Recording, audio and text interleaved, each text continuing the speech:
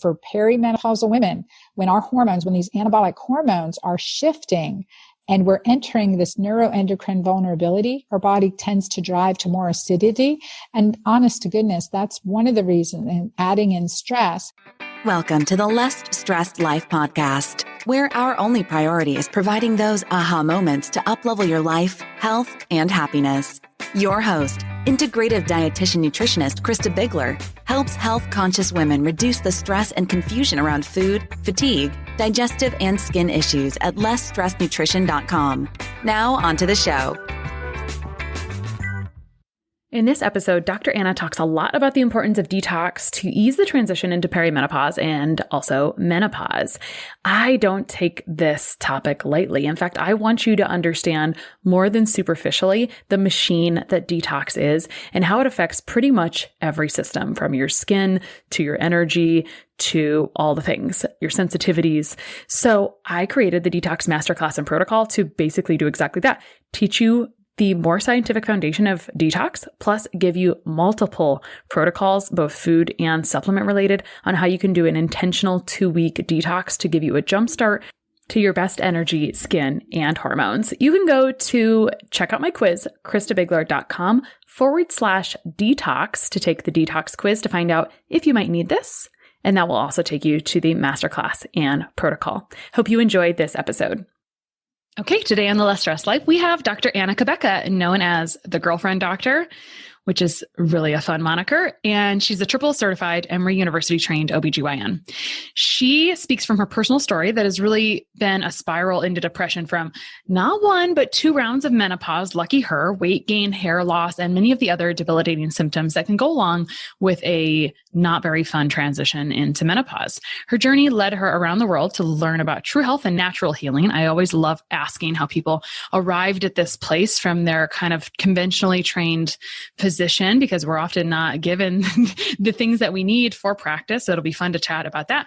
She traveled around and came away empowered with knowledge that modern medical training and research, combined with time-tested wisdom and remedies, will yield indisputable results. She's the author of 2 best-selling books, The Hormone Fix, a holistic lifestyle program for menopausal women, and for some reason, I don't have the other book here. We'll get it.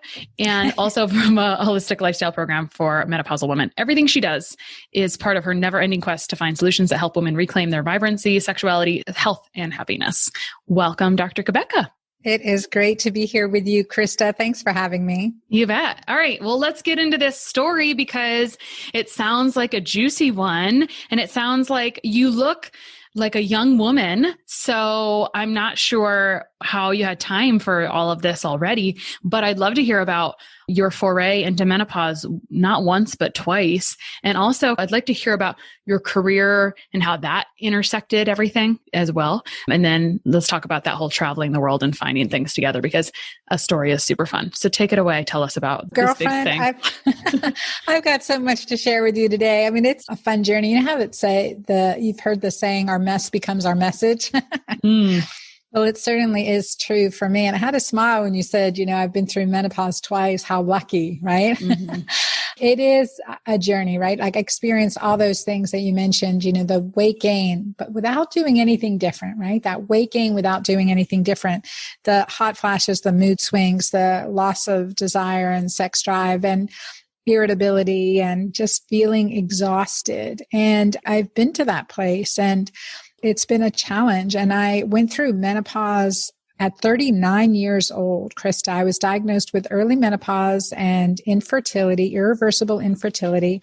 I failed the highest doses of injectable fertility meds, and I didn't have any ovarian response. And that was devastation upon devastation for me and my family at the time. And it took me on a healing journey looking for answers, because here I was, a OBGYN, board certified. I specialized in helping women and couples get pregnant. I did my own intrauterine inseminations. I did my own, I really worked in this area. And then to find, for my own body to fail me, it felt like a huge betrayal. And I felt like so lost because all my academic training left me with an empty doctor's bag. I had exhausted my Emory University doctor's bag. And so I needed a time to grieve. And so that led me on a journey around the world. And as a result, I discovered natural healing options and herbal foods and ways of thinking and other people facing tremendous hardship and trauma and yet living a joyful, happy life. And as a result of that journey, I came back pregnant and I, at 41, delivered a healthy baby. And her name is Ava Marie. So she is my miracle baby, the child I was told I would never be able to have. And as a result, I'm now 54 with a 12-year-old, soon to be 13. But that's a whole nother journey all in and of itself, right? Mm-hmm. And part of the journey continued where I was able to reverse the infertility at that time and early menopause. But then at 48, I started sinking, spiraling down again. That, again, weight gain without doing anything different, the hair loss, that was devastating for me. And the relationship issues that I was experiencing. And that too, that led me to discover what I write about in my books. And I share that journey in The Hormone Fix. And my latest book, Keto Green 16, the keto alkaline or the keto green way, as I call it, to really resuscitate your body, your hormones, and the way we should live and eat and approach menopause and the second spring of our lives. The second spring. I've never heard of it called that before. All right. I'm trying to get your timeline down. 39 years old. We have infertility. You start traveling and you're traveling around and you're finding different things and you come back from, did you go on a sabbatical? I did. I went on a sabbatical for a year. Nice. Sounds like it was needed probably. What do you feel like was pushing you into early menopause early? I guess let's actually address that right now. Sure. When's the appropriate age for perimenopause to start? Because it seems to vary quite a bit. It does. We say the average age is 52, but the perimenopause, we really see this window, like this perimenopausal symptoms from hormone fluctuations as early as our mid-30s. Got it. And that is true. We're seeing it earlier and earlier. So in our 30s, 40s, the PMS symptoms, the mood swings, the weight gain around our cycle, menstrual migraines, regular cycles, all that stuff are signs of this hormonal shift. They don't have to be. I always say menopause is mandatory, suffering is optional. Mm-hmm. I had once heard this, and so I adopted it, that menopause and perimenopause is kind of like reverse puberty. We're coming into a lot of hormones in puberty, and we're kind of going out of hormone. We are having a degradation of some, I don't think that's even the right word. We're producing less as we get older. So I'll come back to the story a little bit, but this is naturally flowing into, I think, let's just get these questions out of the way, because you alluded to this. Why are people having these decreases or these smaller amounts of hormones being produced earlier in life now? And how, in a way, you kind of beat the odds there, because achieving pregnancy at 41, if you've gone into perimenopause, is a great achievement, right? It's quite a reversal. And so what are some of your opinions about the things that are going on in the world for people? What's in the pile that's creating some of this? Oh my gosh, this is such a good area. It's so ripe to talk about right now, especially there are three key things that I want to mention, but I just want to refer back to what you said, like puberty and menopause, andropause, this perimenopause time period.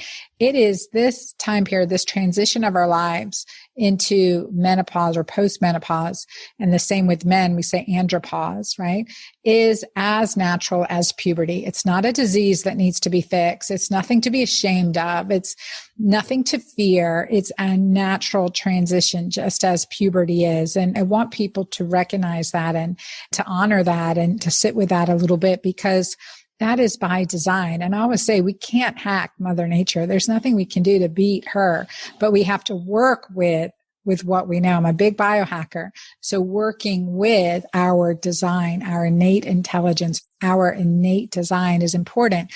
Things that come to interfere with that are what we call toxins or hormone disruptors. Things like phthalates, drinking out of a plastic water bottle. Here we're thinking, okay, well, let's just drink this pure water from this plastic bottle, but those plastics leach into the water, and we can actually see that in umbilical cord blood. We can see that in testing for toxicities. parabens that are in our cosmetics and hair and shampoo. Like really look at these ingredients because these are huge disruptors. In chapter 7 of my book, The Hormone Fix, I talk about hormone disruptors, why exactly we're experiencing these early hormonal symptoms. I mean, from our children in puberty, like struggling with acne and struggling with painful cycles, they don't have to suffer through that. And the same with us going through adult acne, if anyone here has experienced that, or the weight gain and hot flashes and all of these other symptoms, we don't have with that. But when we're seeing them early, especially those symptoms, the PMS, the mood swings, the irregular cycles, that's often hormone disruptors from the food we eat, from maybe the water or the chemicals, chlorinated water. And if we're bathing in that as well, what's in the water we're bathing in, lead toxicity, all of these work against us as hormone disruption. And your episode on detox was really powerful because that's where we really have to keep up a continued healthy detox from the things that aren't natural to our body that are creating this interference. So definitely number one, toxins from chemicals or hormone disruptors. And a second big hormone disruptor is stress. It's absolutely stress. And when we are stressed, our body makes more cortisol. In order for our body to make more cortisol, it's derived from our reproductive hormone progesterone. And in women, progesterone production is predominantly produced in our ovaries. And so when we're making more cortisol, it's at the sacrifice to progesterone and the rest of our reproductive hormones that go downstream, including DHEA, testosterone, which are anabolic hormones. They help build us up, and estrogen, another reproductive hormone. So when we are stressed, we will get a depletion in these hormones as our body is sacrificially making cortisol. No one wanted to hear that, Dr. Cabeca. No. I know. I'm so sorry. But guess what? No, it's great. I mean, master. Yeah, I get it. Our mind is a master, and we can choose, despite what our external circumstances are, we can address our physiology. So our physiology will go where our mind goes. I love it. And you are talking about things I love to talk about. So I know no one wants to talk about the things that are semi-free, right? But the hour before I talked to you, I was kind of having a session about this, like, things are not progressing quite the way we'd like. I see the stress oozing out of the things you report in your symptoms and how your day is going. And until this changes, we can expect to go at this same slow rate because you are robbing all of your other resources and it's not working. So detoxification, hormone disruptors, big topic, popular topic, good topic, never seems to end. I feel like the conversation does not end around elimination pathways, stress and cortisol, and robbing Peter to pay Paul in the hormone cascade. And what was the third thing you wanted to say that's really causing low hormone status? We have a natural decline in hormones, just part of aging. And so we have just this natural evolution of our shifting hormones. So with this shift, there's a transition time period that we need to do to take control of this shift. So certainly progesterone naturally declines, DHEA naturally declines for both men and women from our mid-20s to 30s. We start to see that dip. So there is that just natural, the natural aging process. This makes me think about, people sometimes ask me, they're like, will you please talk about hair loss? Will you please talk about that? But let's talk about it from the reverse aspect. DHEA is a regulator of blood sugar. So let's talk about, as DHEA naturally declines in your 20s and 30s, what outward symptoms might you see? Well, definitely like with that dip in DHEA, because DHEA is a precursor to estrogen and testosterone as well. And I think that's really important to understand. It's really a powerful, safe, beautiful, life-giving pro-hormone in our bodies. And as it starts to shift, what we also see at the same increase in insulin resistance. So naturally, as we're seeing this decline in DHEA, progesterone, our reproductive hormones, we're seeing an increase in cortisol and insulin. And so that can create more insulin resistance. That is why intermittent fasting becomes really important, especially as we get older, so that we can keep creating insulin sensitivity around this. So I'd like to talk about a couple things that you talked about there. Since we're having a natural decline in hormones, I think people might say, should I go and take bioidentical hormones? And I often tell people, if you can create your own hormones, you should not be going to take some, bioidentical or synthetic hormones. But I'm curious what you think. Sometimes it's life-changing and wonderful for people as well, or they've had really severe shifts. And so sometimes that seems to be a good thing. I'd like to talk about, should people go and take bioidentical stuff? And then I want to talk about insulin sensitivity, adrenal stuff, and intermittent fasting after that. But first, if people are hearing this, oh, my hormones are decreasing, maybe I'll just replace them. What would you say? Well, and I think this is an area certainly of in-depth conversation because it's different for everyone. And again, why are the hormones low? First, we address that issue. So say, for example, we hear this, low testosterone, for instance, men or women, but low testosterone is getting a lot of attention. And so say, well, let's just replace the testosterone. Let's just give you some injectable or pellets or whatever it may be.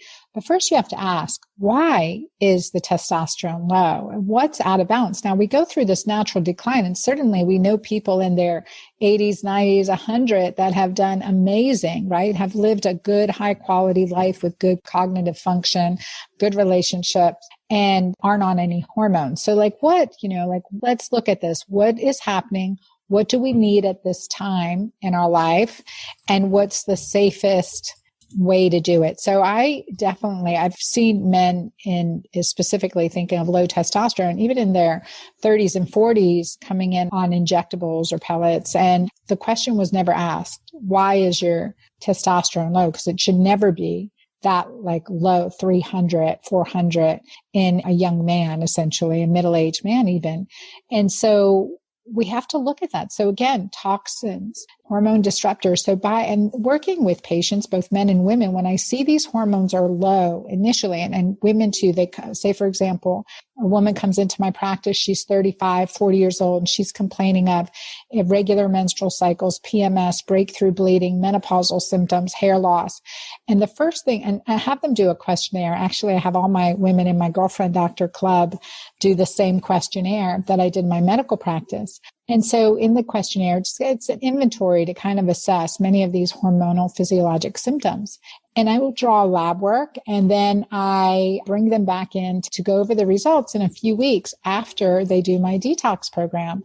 So because our hormones are metabolized in our liver, and I know that if we are eating a junky diet, if we are exposed to many toxins, if we're eating things that can disrupt our body's own natural metabolism of hormones and production. So say, for example, if you're a milk drinker, you're drinking a lot of hormones. In animal meats, there are a lot of hormones. And then we can think of all the endocrine disruptors from processed foods, not to mention the damage sugar does. So we eliminate that. And I always tell clients, it's basically a program where if you can pick it, peel it, fish it, hunt it, milk it, grow it, then for the most part, you can eat it, right? It's just a really clean program, and organic and free range when possible. And so when the clients would come back for that follow-up evaluation, they were already 90% better. The symptom scores were 90% improved, male or female. And that makes a huge difference. So before even adding any hormones, and again, I always say start low and go slow when necessary, and they're feeling 90% better. So that was eye-opening for me as a physician. It was an eye-opening experience for me as I reversed incredible hormonal toxicity on 2 occasions and reversed early menopause twice. So this was so empowering to see how our body has such regenerative capacity when it's fed and not exposed to things that can really turn it off, right?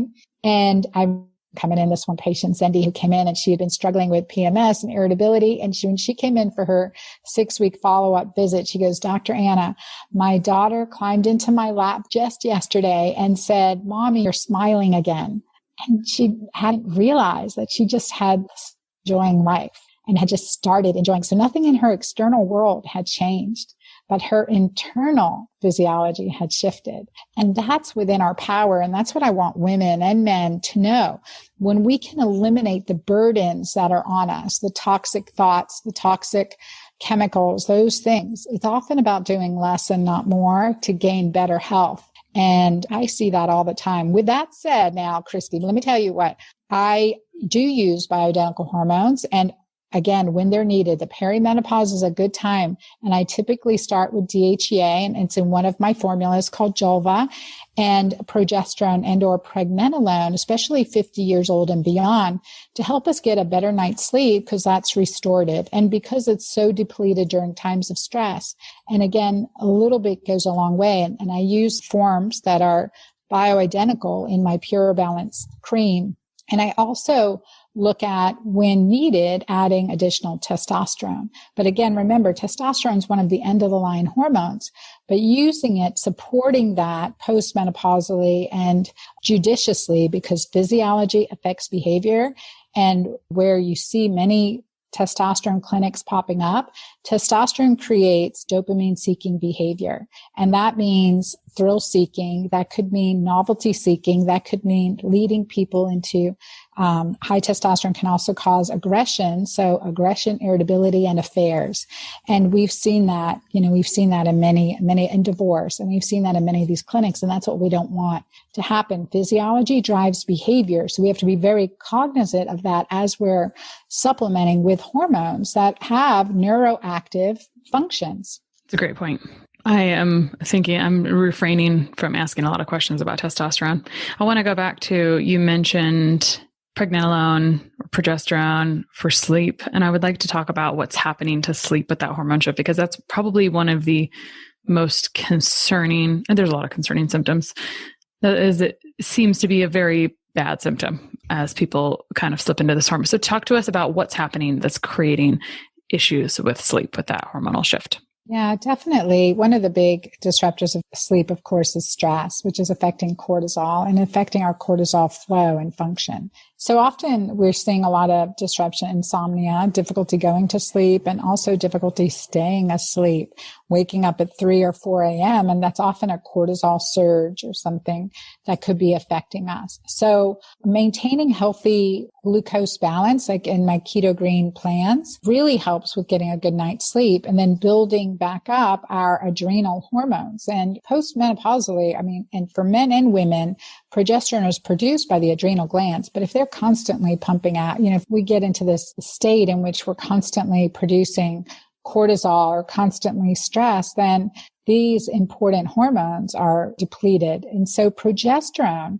works as a natural sedative. It helps relax us. In pregnancy, it's one of the number one hormones that's circulating in our bodies and gives us that beautiful pregnancy hair, which is so nice. And so as these hormones start to deplete, we see those physical signs as well. And I would say getting a good night's sleep is the most important biohack that you can do for yourself. It really is. And so that starts with starting with a good morning ritual. So I teach in my programs and in my Girlfriend Doctor Club that to get a good night's sleep, you need to have a good morning. And you start that out by really managing your cortisol. So you start with an attitude of gratitude and a practice that supports oxytocin, and high oxytocin and low cortisol. Oxytocin being the hormone of love, bonding, connection, and the most alkalinizing hormone in our body. So it's integral to my keto green or keto alkaline plan, and really just a restorative anti-aging hormone. So in order to get that good night's sleep, as progesterone declines, supplementing with progesterone can help, and supplementing with the building blocks. Like we use herbals. I use maca in my formula, Mighty Maca Plus, as an adrenal adaptogenic blend to really help support our adrenal function. So we see an increase in DHEA and an increase in progesterone with using some of these adrenal adaptogens. So that's key. Magnesium and melatonin are other supplements that I use to help get a good night's sleep, but also that evening ritual. So, is important as well. Avoiding blue light and EMFs. Getting into a relaxed state in the evening, like 10 o'clock news, is not something you should watch and expect to get a good night's sleep. It's probably not something you should watch. I should just leave it at that.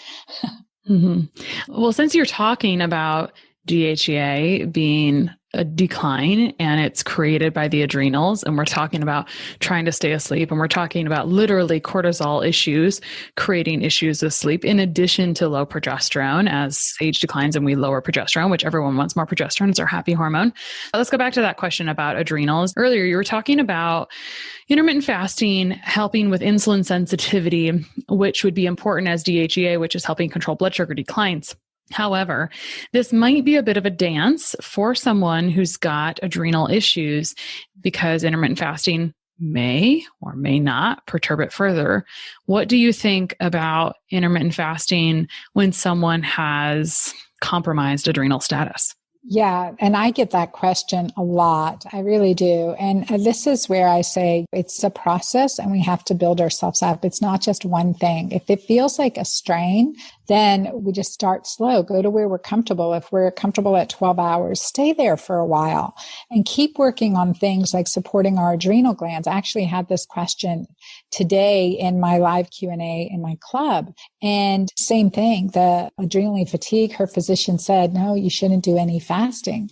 And she was struggling to get past 13 hours. And I said, well, stay there comfortably, but look, make sure you're getting enough protein and fats at each meal and staying away from the carbs. The sugars are going to drive your adrenals into chaos. So low carbs, so hence, really being below 30, 40 grams total carbs per day, but those carbs coming from your dark green leafies and your cruciferous vegetables, which help you with hormone metabolism, especially estrogen, toxic estrogen metabolites. So we look at that from this way. And of course, not to mention all the nutrients that are in our dark leaf greens, but having enough quality protein. Often we're not eating enough quality protein, and then healthy fats. Healthy fats in the absence of high carbohydrates and sugar is incredibly healthy. And that's the difference. We want to stay low carb, but with healthy alkalinizing choices, and then truthfully healthy fats so that you're not hungry between meals. And if you are, and especially with adrenal fatigue, what I have you do is this little hack.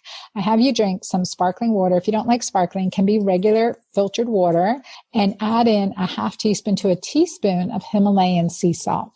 And with that, like a squirt of lemon or lime, and sip on that in between your meals. Don't drink with your meals, but in between your meals, so that you can support your adrenals with the minerals, support your adrenals and support your body with hydration, and help you extend your fasting and also support your adrenals as you go through your day. And I say the keto green way.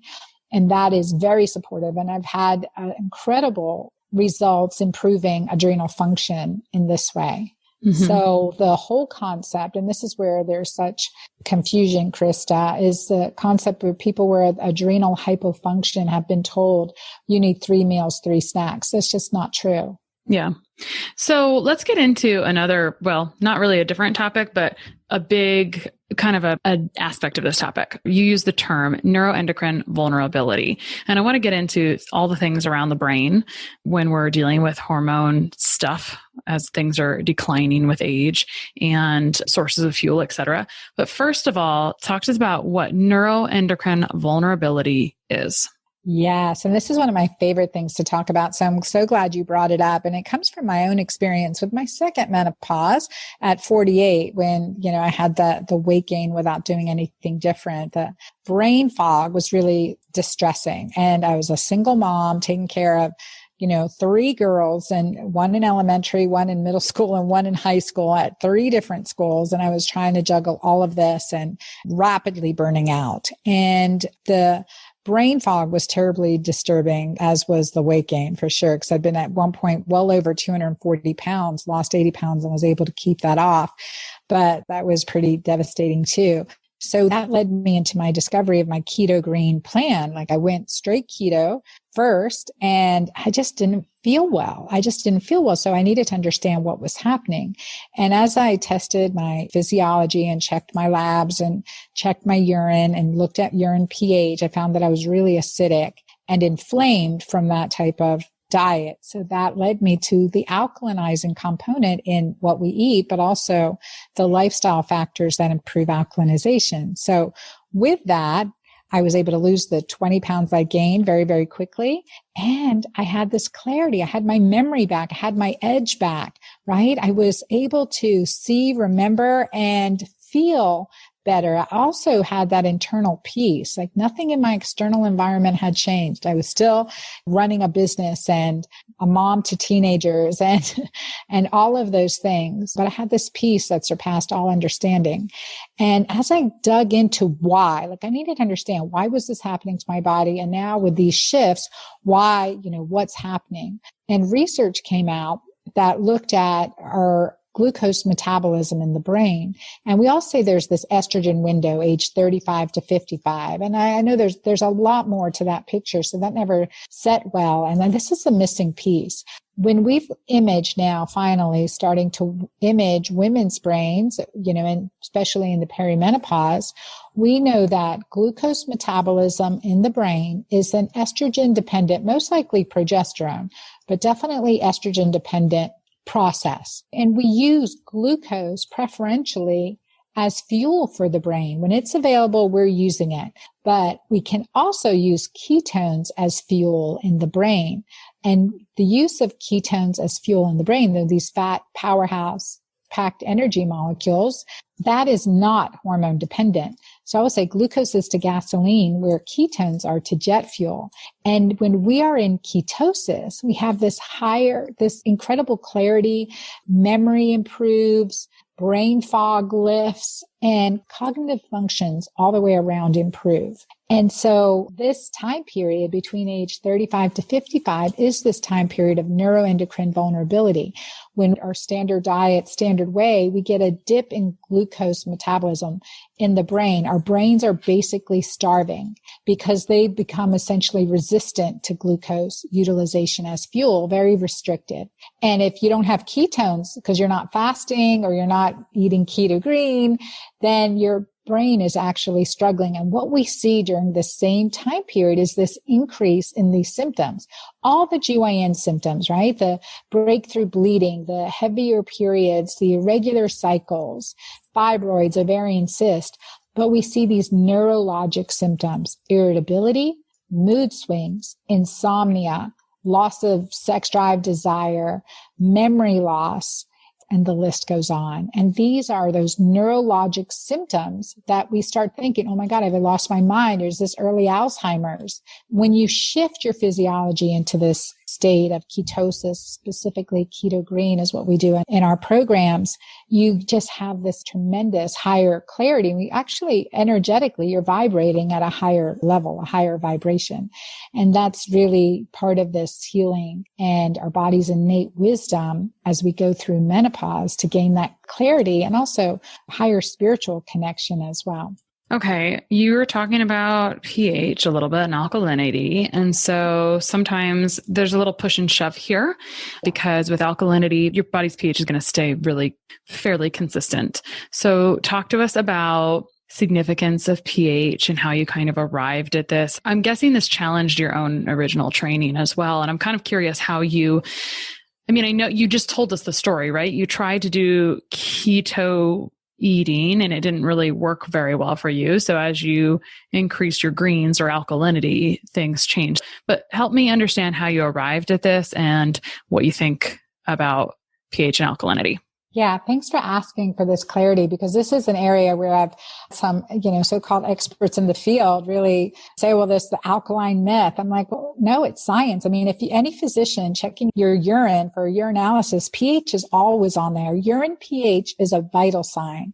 And that's what I'm talking about. I'm talking about testing your urine pH. For me, it's a vital sign as important as your blood pressure, as your heart rate, which changes throughout the day depending on your activity, right? So does our urine pH.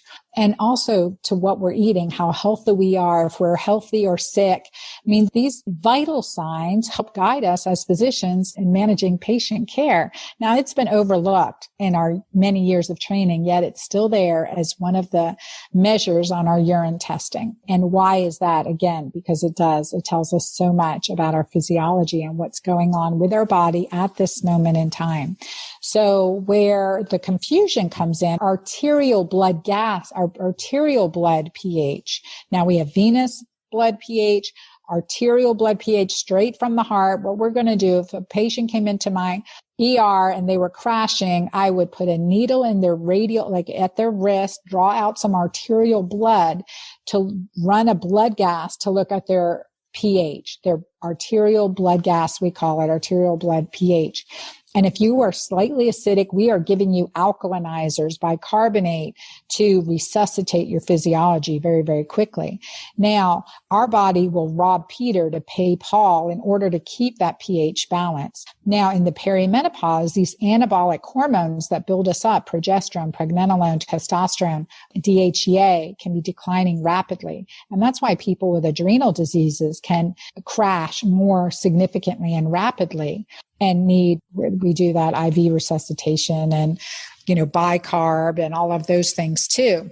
But what's happening is, it's really fascinating. And this is a difference between men and women. Men have a lot of circulating testosterone where we would have 30 to 100. Men will have 400 to 1300. A measure of testosterone in their blood. So they have more anabolic hormone that builds them up, right? That keeps their bones healthy, keeps their muscles intact. They have higher bone density and higher muscle mass than women, right? But our bodies will rob Peter to pay Paul to keep that blood gas pH really stable. And our urine pH is telling us something different. When we're under stress, when we have high cortisol, that increases an acidic urinary pH. So it's a function of hydrogen ion secretion across the renal tubules of the kidney. And we see that immediately, pretty quickly in the urine pH. So if we're able to shift our physiology to maintain a more alkaline urine pH, what we see over time, substantiated by numerous scientific papers, is that we have less heart disease, less cancer, less osteoporosis, right? We want to preserve our bone mass. So that's really important to women especially. And we see less heart disease and cancers, if I didn't already mention that. So that's really a critical finding. And I'd been in practice for over 15 years at the time. And my oldest daughter, my stepdaughter, had seizures. And so when she was 20, I started digging into understanding the ketogenic diet to help her. Right? Let me tell you, for perimenopausal women, when these anabolic hormones are shifting and we're entering this neuroendocrine vulnerability, our body tends to drive to more acidity. And honest to goodness, that's one of the reasons, and adding in stress, that's one of the reasons we're seeing 30-year-olds with osteopenia and osteoporosis, because in order to keep that mineral balance, that slightly alkaline blood pH, arterial blood gas stable, we've got to have adequate alkalinizing minerals to do that.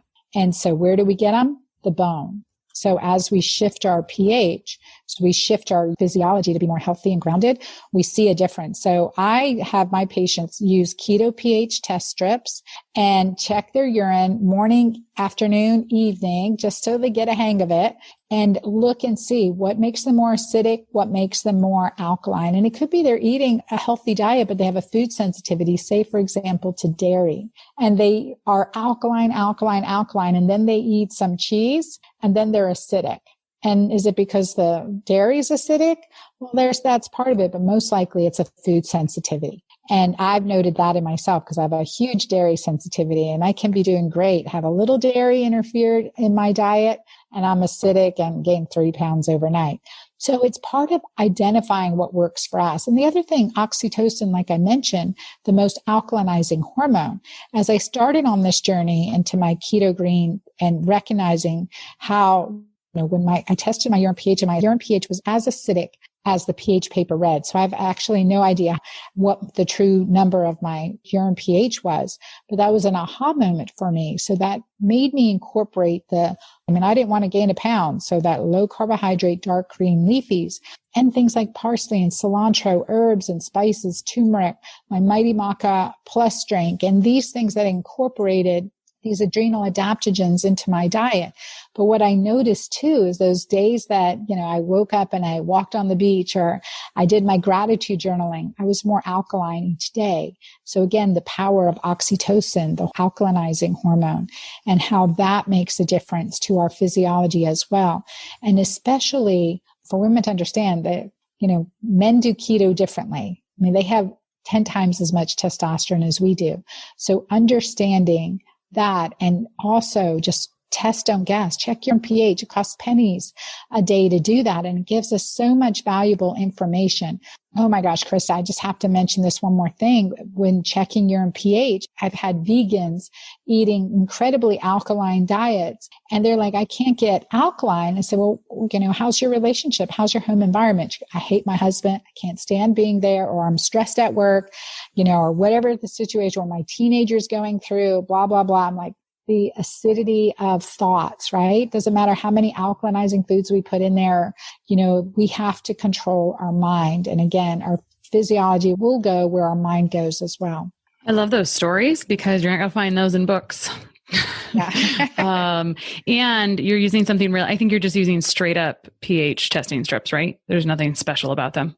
Correct? No, you can use, there's pH paper you can get at any pharmacy. There's just pH testing strips. I created my own keto pH testing strip so I can measure ketones and pH at the same time. Because, make life easy. I'm all about making life easy. Sure.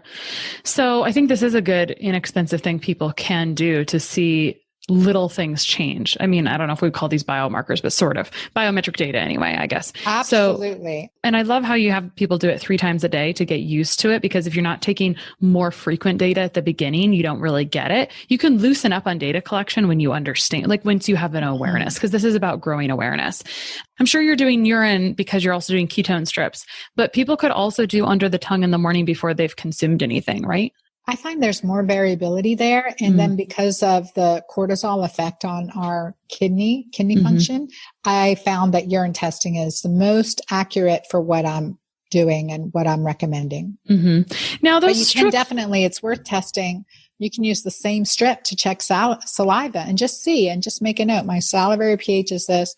My urine pH is this. What's happening? Right. Now, the colors don't change that much, right? I mean, oh, yes. So it's kind of little, it's like detailed, right? So it's not like you're going to see big shifts because it's not supposed to change horrendously. It's just supposed to be darker, I think, green, right? Well, we'll see it go from yellow to dark green. So we'll see some big shifts. It can be over a day. For example, I have clients, say, I want everyone to wake up with an alkaline urine pH just a little greater than 7. 7 is neutral. So a little greater makes it alkaline, 7.5, 8. And to really work on waking up with an alkaline pH, because people start checking, and especially if they're not getting a good night's sleep, they have toxins, they're in a moldy environment maybe. Those all create, some stress on the body even while we're sleeping, and can wake up very acidic as a result. So we can see shifts definitely from 5 to 8 in a matter of hours in our urine pH physiology based on what we're exposed to or experiencing. For example, even after a workout, you can be alkaline, healthy, grounded. And after a strong physical workout, your urine pH will be acidic. Well, that makes sense, right? That makes sense because we're increasing lactic acid secretion on our body. We've stressed our body with a good workout and increasing cortisol. But then how quickly do we get back into the alkaline state? That drinking an alkaline drink or some greens or a keto green smoothie after a workout to really kind of help your body detox the lactic acid and toxins and support alkalinity again. And then we can shift back within another few hours. When we're dehydrated, we'll be more acidic, right? When we're well hydrated, we'll be more alkaline. And so with urine pH, we can see some big swings. And again, this is showing us how we are part of our environment and also a function of our thoughts. Like you can go through a stressful experience, be angry about the elections or whatever, and quickly shift into an acidic state because of some high stress consideration. And the opposite is true. Why we say in medicine, laughter is medicine. Laughter increases oxytocin. So watching a funny movie like My Big Fat Greek Wedding is one of my favorites as a first generation American, right? I love that movie. So that always increases oxytocin, and we'll see a shift more often than not, see that shift in our physiology as a result of that laughter, those happy chemicals that our body produces. I really like this tool just because of the cost effectiveness and the awareness, that it brings to someone for their own detective work. So if I was going to make a quick peri-menopause something checklist, I've added alkalizing so our body isn't robbing itself of other nutrients from other places 3 times a day, reducing stress and supporting adrenals, because also the stress could make us more acidic, which could allow us to rob from different places, which I find when I'm talking about stress physiology, it's always like this happens, then this happens, then this happens. So it's always a robbing or a cascade effect. So alkalizing, reduction of stress and supporting adrenals, blood sugar balancing, detoxification. So these are all some. And then you also talked quite a bit about how your take on brain fog and hormones is glucose isn't a very efficient fuel for the brain as we age. And if we use ketones, we're going to have better clarity. I'm just kind of reviewing some things that I think people would care about. I love it. I'm going to make you say the list again. This is good. And then also it feels like, I had someone ask me the other day about if I could do a mini episode on hair loss, but you're talking about the decrease in progesterone is associated with hair loss in general. Because if we have high testosterone, we're going to lose hair in certain places. If we drop progesterone, we're going to lose hair in certain places. I guess let me ask for sure, because I haven't gone through perimenopause. You don't have to have any of these symptoms technically, but is that a very, very common symptom? And how does it work? Is it patchy? Is it just like general hair loss? And is it related to loss of progesterone or something else? Well, and this is a very good question. And I would say it depends on the cause of the hair loss. So there is just a general decrease in hair volume and dryness of our hair as we age, just like in other areas, loss of skin integrity, collagen, all of that stuff. So typically we'll have a generalized hair loss, but this is one of the things when I was experienced after the birth of my child, significant amount of post-traumatic stress disorder that I had. I would say converting PTSD into post-traumatic growth is one of the things I talk about in my book, The Hormone Fix, as well. But what I recognized, I had a tremendous amount. I mean, you can't see me right now, but I had hair loss all the way, like halfway. I pulled my hair back in a headband and I had hair loss literally 4 inches back on my head at my temple, like a male pattern androgenic baldness. Now I know my labs, my thyroids were perfect, retested everything. And I'd been going through a tremendous amount of stress. So I needed to understand why was this happening.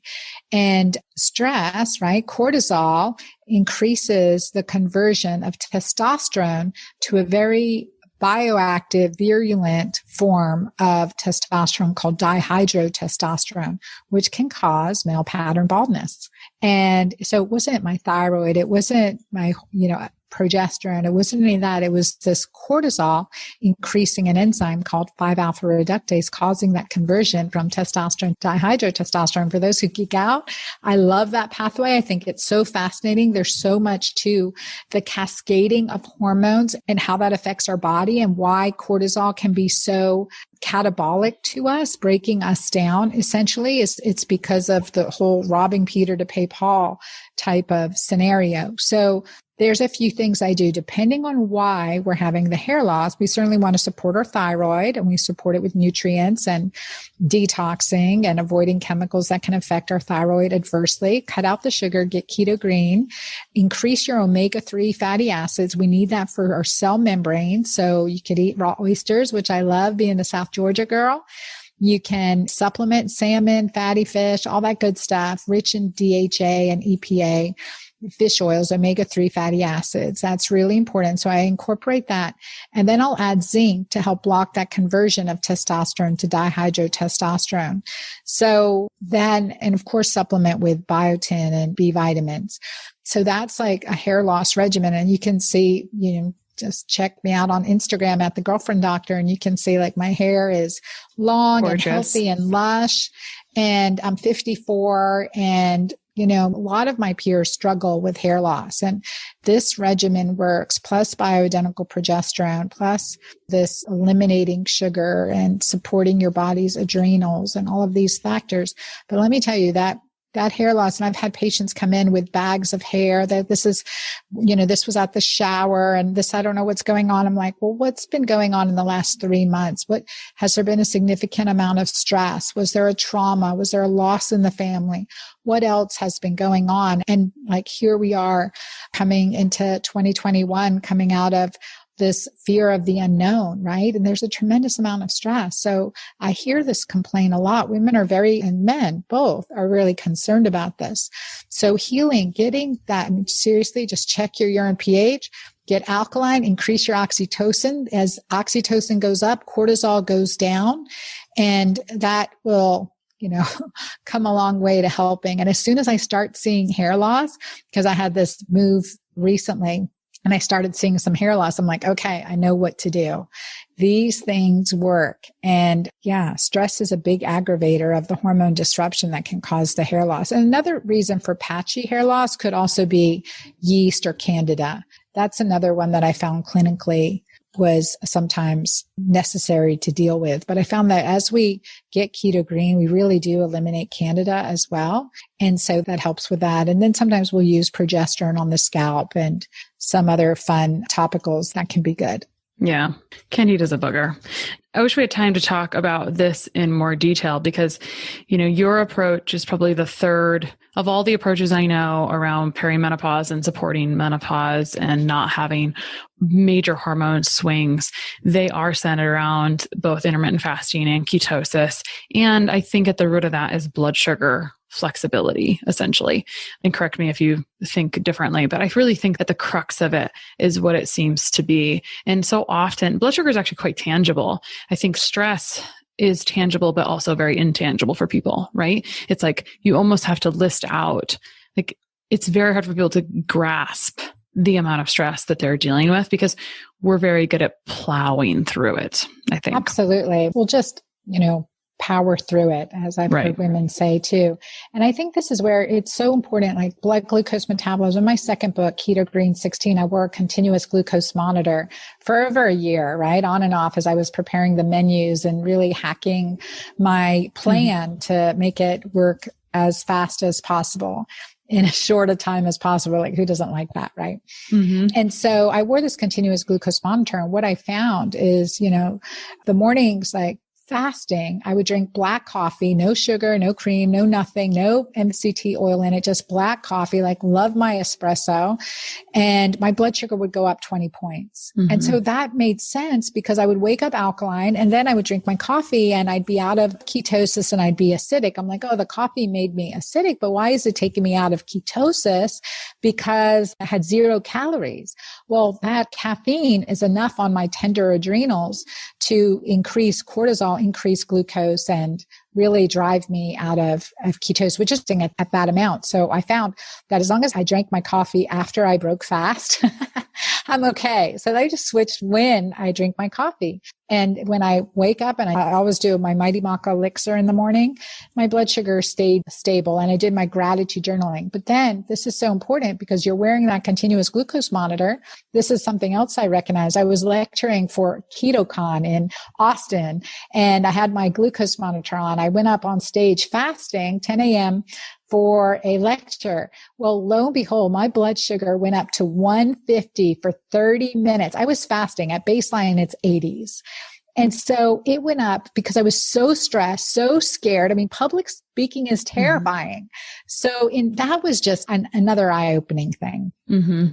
We just did a continuous glucose monitor interview at the end of 2020. It was probably one of the last interviews with a company working on making it mainstream. And I wore one for a month. And I will say, and that was their premise too. They're trying to make it long-term. And it was fun for you to hear that you looked at this for a year because for a month, it didn't really feel long enough to get all the data you'd want to get. So I like these. You definitely are a biohacker. All right. Last question, which is you had the first and second menopause encounter. And I would be curious to know, I think you did probably different things to pull yourself out each time. I mean, we know the first time you were on sabbatical and you probably dramatically reduced your stress and you were leaning into creativity and oxytocin for one. I'm not sure if you did some of these other things. So that's the question is between the first and second, I just need to know, did you do different things? Because I often think there's more than one approach to get to the same result.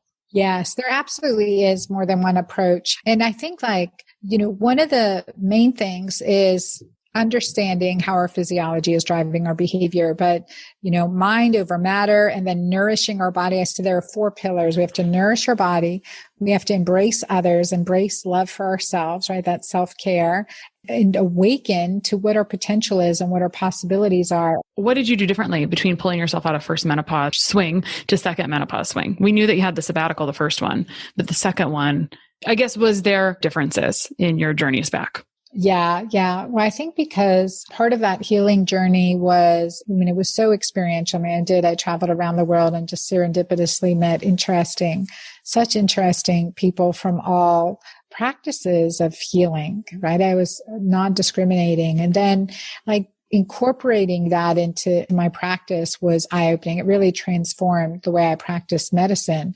And then at 48, with all of those things under tow and under wrap, so to speak, to have another shift just because our physiology, right? Nothing in my external environment had changed, but here there was this physiologic shift, that this neuroendocrine vulnerability, and how that really affected me during this time of transition, and that we're stressed, post-traumatic stress under the surface, right? Not even aware of it, so to speak, extremely aware of it, how that affected my physiology, and understanding how the keto green, creating this keto alkaline, keto green way could really make a difference. And it's not just about what we eat, but how we think, how we live, how we sleep, how we move, how we interact.